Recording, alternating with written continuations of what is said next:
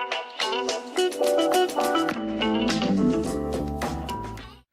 everybody, this is Tracy here to recap Married to Medicine Season 4, Episode 7, which is entitled Is There Life After Prom? And so it's the aftermath of Toya's prom 40th birthday party, and everyone seems to have survived. And we have Dr. Greg and Quad, and they're out go kart racing, which I thought was a cute little couple outing that they were having. And afterwards, they go to have lunch, and he brings up, the blow up at Toya's party, and was basically asking, what was going on, what was that all about. And of course, Quad is still in her feelings, and she's painting this picture like Mariah is jealous of her, and all this other nonsense that we know is not true. And so Quad is planning a special birthday party for Dr. Greg's 48th birthday. Not sure why she's going all out for the 48th when the 50th is right around the corner, but then I guess tomorrow isn't promised to us. So go ahead and do it while you can. And so she lets us know that she has sent a text to everyone to save the date for the party, but now she wants to renege on the invitation that she sent to Mariah. And so she hems and hums, about how she doesn't want any drama, and she just doesn't think it's a good time. And, she needs to talk to Mariah. And she just keeps going on and on until she manipulates Dr. Greg into saying that he doesn't want Mariah and Dr. Aiden to come to the party, which was her plan all along. And I'm sure somewhere down the road, when everything hits the fan, she's going to blame everything on Dr. Greg and says that he didn't want them there. And so, that made her happy, that she can go about her business and being Miss Messy Boots and Petty Betty, and disinvite them to the party. Anywho, she claims that she will be mature and professional in taking back the invitation, but we all know that there's nothing professional or mature about Quad when she's seeking revenge. So we move on to Lisa, Nicole, and Mariah, and they are having lunch. And during the lunch, they're discussing Quad's performance at the party. And so Lisa Nicole, she brings up the save the date text and that Quad has sent to her, and she asks Mariah if she's planning to attend. And so Mariah says that she and Dr. Aiden don't have a problem with Dr. Greg, and so they are looking forward to attending the party and helping him celebrate his birthday, like how real mature people do, which is like a jab at Quad. And so if you recall, Lisa Nicole and Dr. Heavenly are planning a conference, and although they aren't getting along, I think it's funny how we're only on episode 7 of the season, but when the season first began, it was Dr. Heavenly and Lisa Nicole, and they were thick as thieves, but how quickly things change. And so the conference is called Teach Me to Grow With You, and it's a marriage and relationship conference. And Lisa Nicole, appears to be taking complete ownership of the project, referring to it as her new brand. And so she's meeting with her event planner, a guy named Shushil. I think that was how she pronounced it, Shushil. And so he owns the company Utopian Events, so he works for the company. And so she's telling him her vision for the conference. And so in her confessional, she lets us know that he planned Candy's, Candy from Real Housewives of Atlanta, that he did her Coming to America themed party. So Dr. Heavenly and Toya, they arrive at the event planning location, and it's clear that these two are nowhere near on the same page. And Dr. Heavenly says that she's going to trust Lisa and keep her cool, but in the confessional she says that she doesn't trust Lisa at all.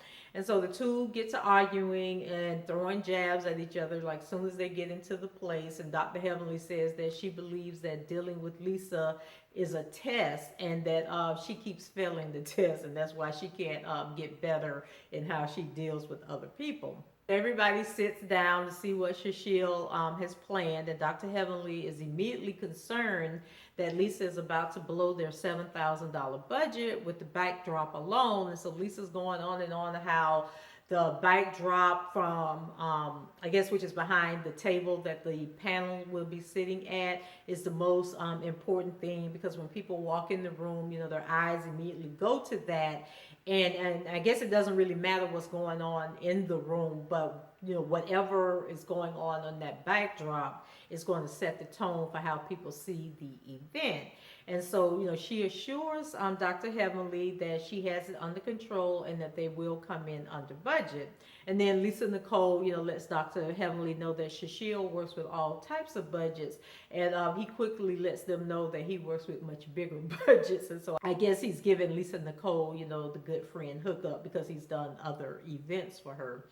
And so we're back at Toya's house, and she is letting Dr. Eugene know that she's thinking about getting a part-time job to help out with some of the bills. And Dr. Eugene, he finally puts his foot down, and he lets Toya know that their issue isn't the small bills, and what she's talking about isn't going to help them because the biggest bill that they have, they're living in it, and that it's time for them to move out of this $10,000 a month rental house. And so, it's like, we gotta go. And so, I'm kind of like happy that he finally put his foot down and let her know that, girl, you are living in a fantasy land and let it go. Toya says in their confessional, because they're always together when they do their confessionals, that they are the first in her family to be making the kind of money that Dr. Eugene makes. And she says that they make, but it's actually Dr. Eugene that they're busting his butt.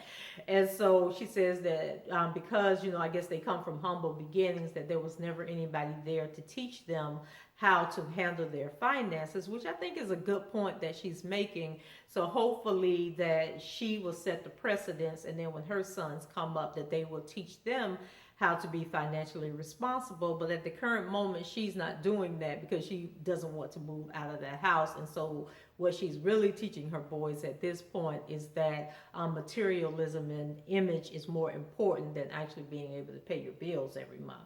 So Toya cracked me up when she said she just wants to live in her 20s forever. And she's like, don't you want to just stay in your 20s? And I'm like, no, Toya, I don't want to stay in my 20s because when I was in my 20s, I was a single mom of 3 children, and I was struggling to get out on my own. I was living with my parents, I think, until I was like 24 or 25 years old, but I wanted to be out on my own and self-sufficient. So girl, the struggle was real, and there were points when I was working 3 jobs. I remember I was working at the Home Shopping Network. That was my full-time job.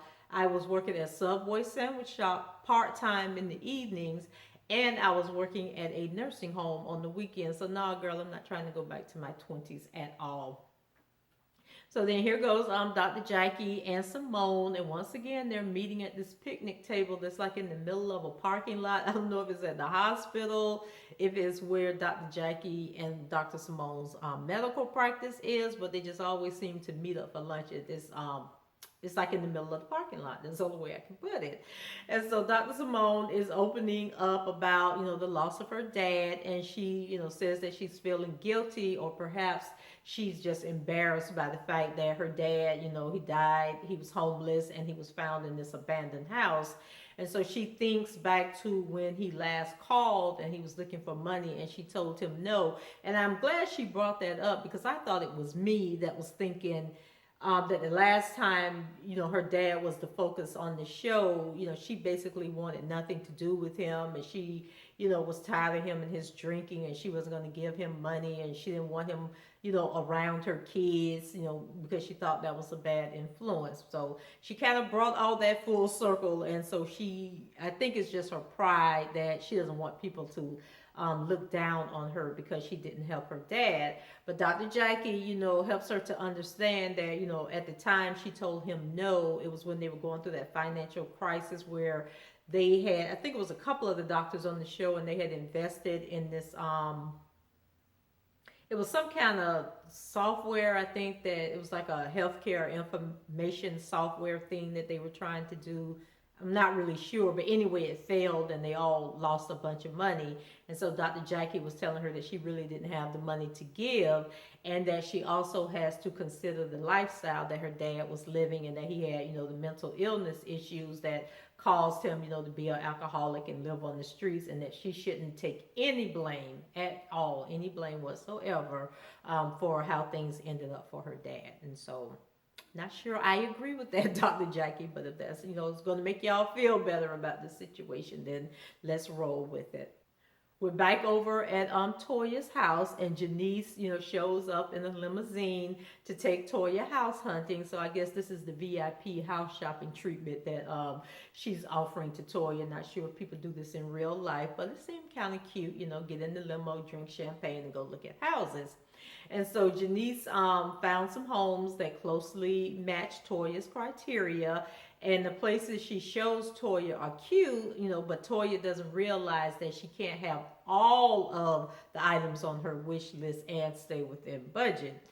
And so some of the things she wants is she wants a large backyard, she wants designer appliances, she wants 5 bedrooms, hardwood floors, room for entertaining, quiet and secluded neighborhood. And it's like, come on, Toya, it's only temporary. You have to be ready to compromise. And once you guys pay off this debt and kind of get your savings up, then you can probably go look for another dream house, which I don't understand why they are renting this house that they're living in when they own a house already. Like, why don't they just move back into the house that they own? Because I thought when they were at the house a couple of episodes ago, nobody was living in the house, and Dr. Eugene had actually suggested that they move back into the house.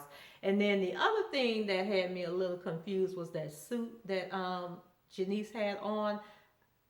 Girl, it was like, it almost looked like a cow suit, like for the Chick-fil-A cow logo, except for it was blue and white. So it really looked like a blue pantsuit, and somebody had to threw like splashes of bleach on it, and then it had like these faded white spots. So I don't know what was going on with that outfit, but if that's the new style, then go ahead on, Miss Janisse. You were looking good, girl. It's the day of Dr. Greg's party, and it's being hosted at a cigar bar. So I don't know why Quad has on this red dress that has like this humongous bow that kind of like took up the whole room. And it was more like a cocktail dress, like maybe a Christmas party, for your office. But anyway, she was looking good in the dress. I just thought it didn't fit the scene for the party that she was having. And so as usual, she's doing the most and has hired a armed security team to remove Mariah and Dr. Aiden if they decide to show up on the premises for the party. And so she is like so messy that she even gave the guy like an 8.5 by 11 printout, like look like pictures of Mariah that she done stole off the internet and printed off on her home computer. And she gives it to the guy, and say, if she shows up, this is them, escort them off. And I'm also going to leave $50 at the bar that you can give them for gas money, and apologize for the inconvenience of them having to drive over here and not stay at the party. And I'm like, girl, are you for real right now? Like, God don't like ugly, and trust me, this is gonna come back on you at some point in time. Over at Mariah's house, she's talking to Aiden, and she tells him that she's just gotten a text from Quad, which makes me think that Quad disinvited them from the party like that morning. And then the whole timing thing was kind of crazy, because I guess this party is actually taking place a few days or maybe a week after Toya's party. But anyway, she sends the text. It's a really long text, that Mariah is reading. And she says that it's full of misspelled words and bad grammar.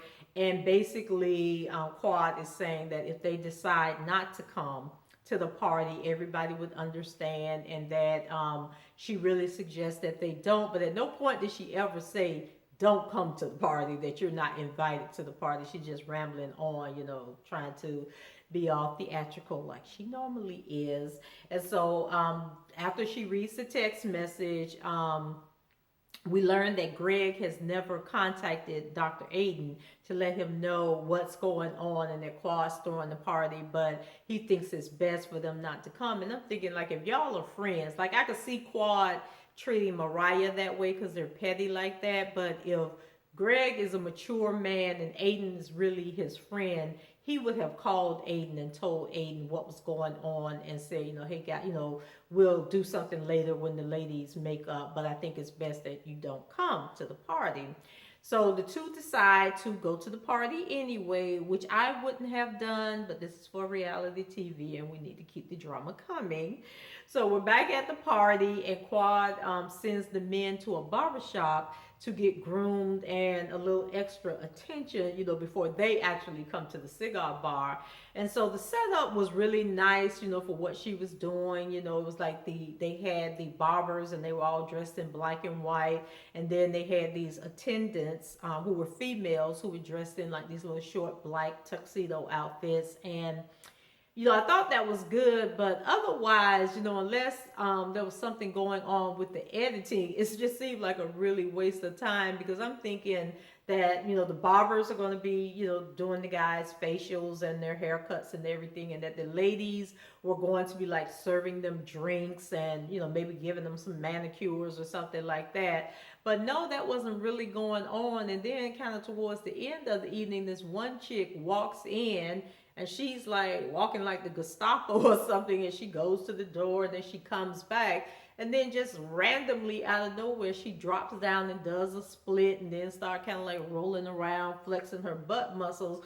And so the guys were laughing and I was laughing too, because it just seemed so stupid and out of place. And like I say, I hope the editing cut out a bunch of stuff. Otherwise, that was just a waste of time. And so the men asked Dr. Greg, where's Dr. Aiden? And he lets them know that in light of all that happened at Toya's party, that they were disinvited. And Dr. Eugene speaks up and he asks, when is the drama going to stop between the ladies? Because it's like, starting to impact the guys. And so they kind of, like talk about it, briefly. And then I just love how Heavenly's husband, Dr. Damon, he conveniently showed up when the guys were getting ready to leave and get on this party bus that Quad had gotten for them to get dressed in and come over to the cigar bar. And then I also thought it was nice how Dr. Darren, who works overnight, conveniently was on call during the day and couldn't come to the party either. So I don't know what that was all about. And so the ladies, they're making their way to the cigar club. Overall, I think the concept of what she was doing was a really nice idea. It was just a little bit off on the execution. And so, when asked about Mariah, she tells the ladies that she texts Mariah letting her know that, she thought it was best if she didn't attend. And so then Dr. Simone, she says that she feels like, she's trapped on the set of the Hunger Games. And it's like, who's going to be picked off next? And I thought that was a good analogy, Dr. Simone. The ladies, they're all seated at a table together when Janisse announces that Toya, was the client from hell, and it was just so awkward and out of place that she just threw that out there. And I'm thinking, if Toya was your client, you're like breaching her confidence, and you're really out of order right now, sharing this information. And so Toya, told her that, her services sucked. In essence, I didn't like what you provided, nothing like them houses that you took me to. And so Quad, she separates them like they're little kids and tell Toya to come sit next to her. And so once she squashes that beef, then all of a sudden another beef jumps off between Lisa Nicole and Dr. Heavenly. And I mean, they are like really going at it, throwing insults at each other, and just totally inappropriate. And it kind of reminded me of the whole scene with Candy and Phaedra, because I keep telling you, I think it's the same writers and producers working on all these shows, because they were both like throwing out things that were said in confidence, and now they're putting it out there for the group to hear, in hopes of trying to one up the other and hurt the other one. So Quad, it looks like you got all the drama that you were trying to avoid and then some by disinviting Mariah. And I almost forgot, there are a bunch of people at this party. I don't know if they're family members, friends, colleagues, or whatever. But when the men arrive, Quad has a totally separate area for them to sit in and drink and partake in the food. And I think she called it the boom boom room. And so if Dr. Greg is the guest of honor, why is he separated from the majority of the people at the party? Like, that made absolutely no sense to me. And so the men, they finally arrive, and when they come in, everybody shouts surprise, which I don't understand how it was a surprise party when Dr. Greg already knew that she was throwing the party for him. And so I guess it was surprise, like maybe he thought they were coming to smoke cigars, but it really was the party. Maybe that was her thinking. So the men arrive, they come in and they, partner up with their wives, and they are just so messy because they can't wait to tell the wives about, what happened at the barber shop. And so they're dropping little hints and everything to get the wives to ask questions. But I'm just like, come on, y'all. Y'all just being messy. Don't y'all know that what happened at the barbershop is supposed to stay at the barbershop? Has Darren not taught y'all that you don't come back and talk about, what happened? Guess not. And that's probably why Darren didn't bother to show up and said that he was on call, because he didn't want to get caught up in no shenanigans and have Lisa Nicole looking at him all crazy. So alone in the boom boom room, Curtis brings up, the whole Mariah and Aiden situation about them being disinvited.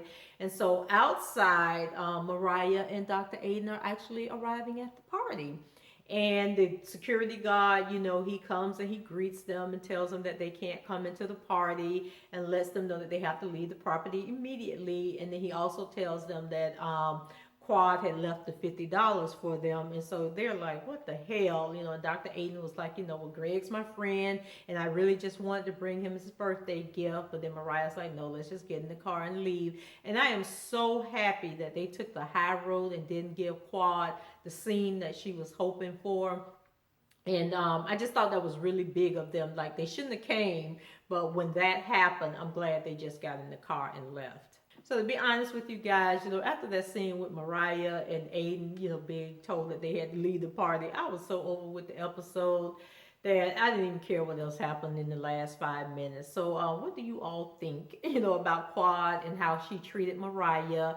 And could she have contacted Mariah and explained why they were being disinvited over being tacky and sending her that text message? And did she go overboard, by having a security guard there? Like, anyway, let's get the conversation started. Leave your comments below. Rate the video and subscribe to the channel if you haven't done so already. And Happy New Year's. Bye-bye.